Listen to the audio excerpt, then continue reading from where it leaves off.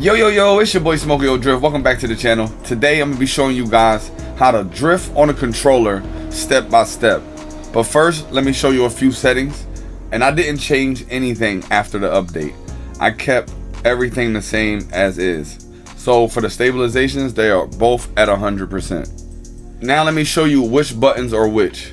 My right back trigger is my throttle. My left back trigger is my brake. But one thing I want you to notice about triggers, when you lightly press them, the color would be gray. Try to remember that. Now, the front left trigger, that is my downshift. The right front trigger, that is my upshift. Y is how I turn my lights on and off. A is my e-brake. X is my clutch.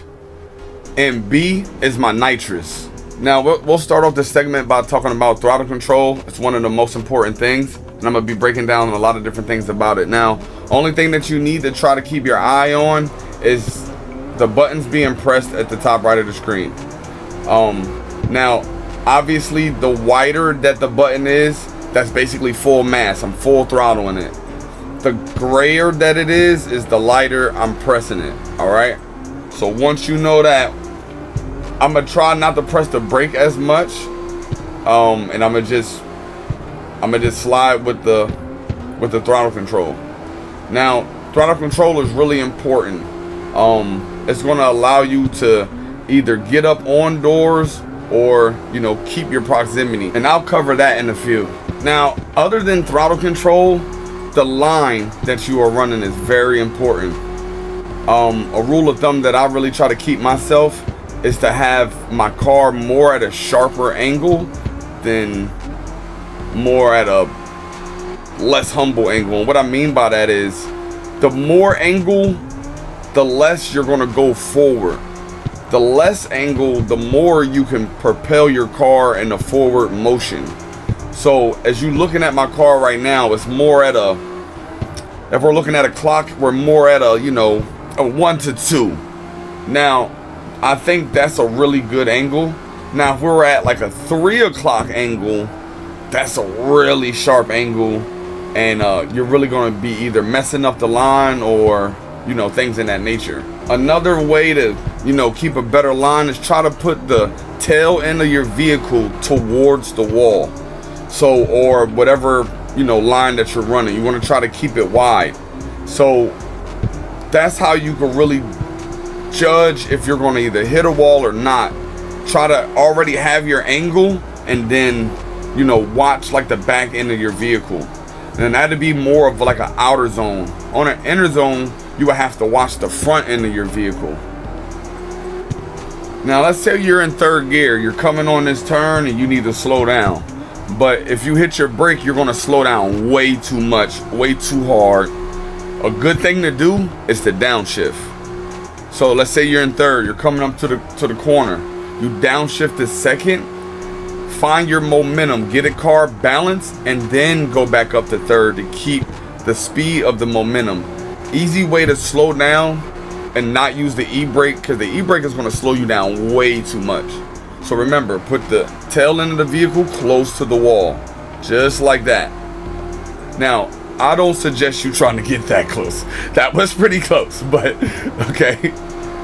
But yeah, you basically get the general idea. So the brake gonna either help you get closer to, the wall, or say somebody was in front of me and I wanted to, let's say I transitioned too early when I was chasing somebody, and now my car is a little bit in front of theirs.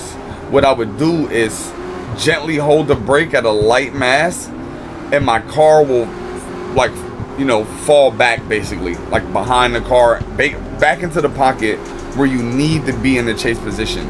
Now, just like this car is behind me, they're not getting too far up, like near my front tire. That's like a bad position. All right, you want to be towards the back tires, rear doors. Now, if it's only a two-door, you want to just be back on that rear tire, which is considered the cup or the pocket. Now, let's talk about speed, because speed is a very important topic. Now, we like to play around like Class C4. The reason why, just the horsepower in those cars, depending on the car, because it could be anywhere from 300 to 700 horsepower. These are all like more realistic builds, things that me and you can actually go build. You know what I mean? So that's one of the main reasons why we play in this class. Now, speed. Speed is so important because if you're going too fast, you really can't lead a pack. If you're going too slow, you can't chase. So now it's like, well, what tires should I be using, and what size rims should I be running? I got all that figured out, man. We know exactly what it is. So on smaller cars, lighter cars, you want smaller tires, regular tires.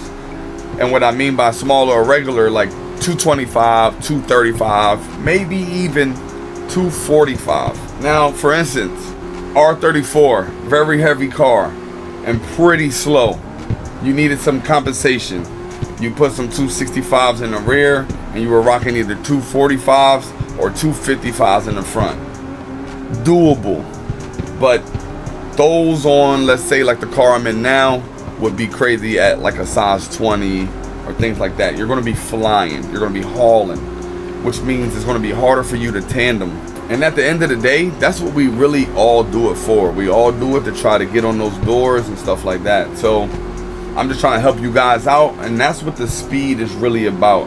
So always remember, if you're in the lead, you cannot be going that fast. Always be real consistent on your throttle control. That way you're not flying away from people and you're giving people a chance to get on your door. If you're in a chase position, it's more about proximity and not running into the back of somebody. Let's talk about proximity and chasing and things like that. It's going to be a few different topics all jammed into one. So chasing, when you're chasing, you have to keep your proximity so you don't run into the back of somebody, right? Now, good way to do that is to mimic everything the lead driver is doing. And what I mean by mimic, y'all need to have the same angle. You need to be running a little bit faster so you can keep up with the person, unless they are running a slower tune. They have less HP or less grip than you. And you're gonna have to be able to feather the brake, which we call left foot braking. So you need to be on the brake and the gas. Probably max gas and then like 5% brake. Okay, when you see my brake lights come on, notice that I'm still on throttle, and that's what you need to notice. Also notice how rarely I hit my e-brake. Okay, these are important things that are going to make you a better driver. Now, these guys in front of me have more power than I do. I'm running a little bit less HP. I think really I'm running 401, but it's really probably like the tire setup and everything I got. So always remember this too, chat. You got two things that we build cars off of: style and performance. One will always outweigh the other, and once you bring one up, you will lose more of the other. So if you bring up some performance, you're going to lose some style. If you have more style, you'll lose more performance. And what I mean by that, if you're running like max camber in the front and rear, you're going to have a lot less grip than everybody else, which means you're going to have more performance to try to compensate for that style that you have.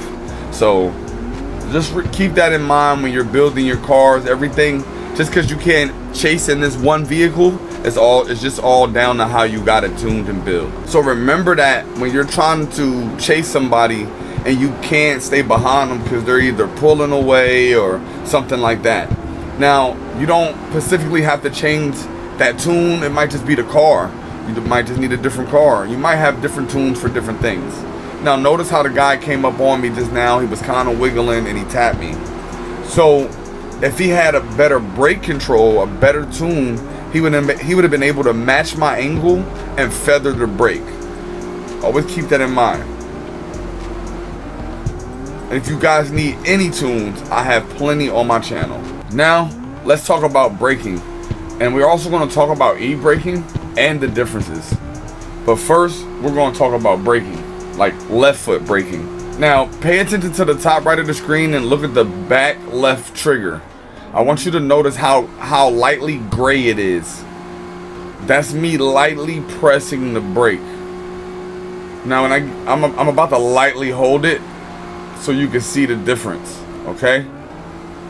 Now, but see the gas? I'm full throttling on the gas. But that's keeping my momentum and keeping me in the same line. Now, you can teach yourself left foot braking just by doing exactly what I'm doing.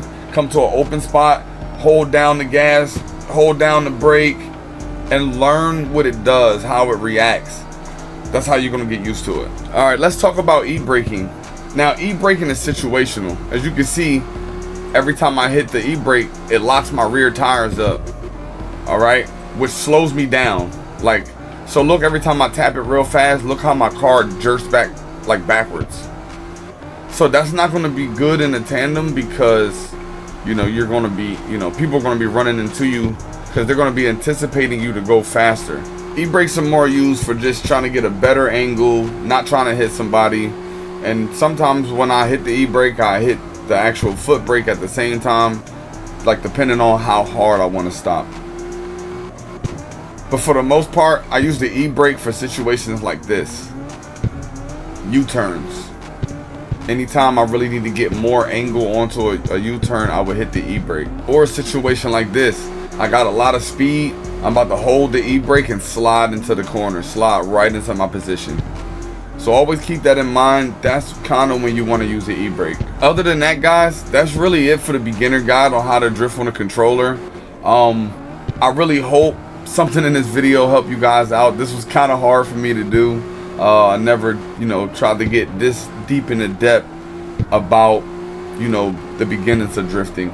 Like I said, I really hope you guys were able to learn something from this video. If you were, give me a good thumbs up. Man, I hope you guys have a blessed day. Stay blessed, stay dangerous, and stay drifty. I will catch you guys on the next one. Peace!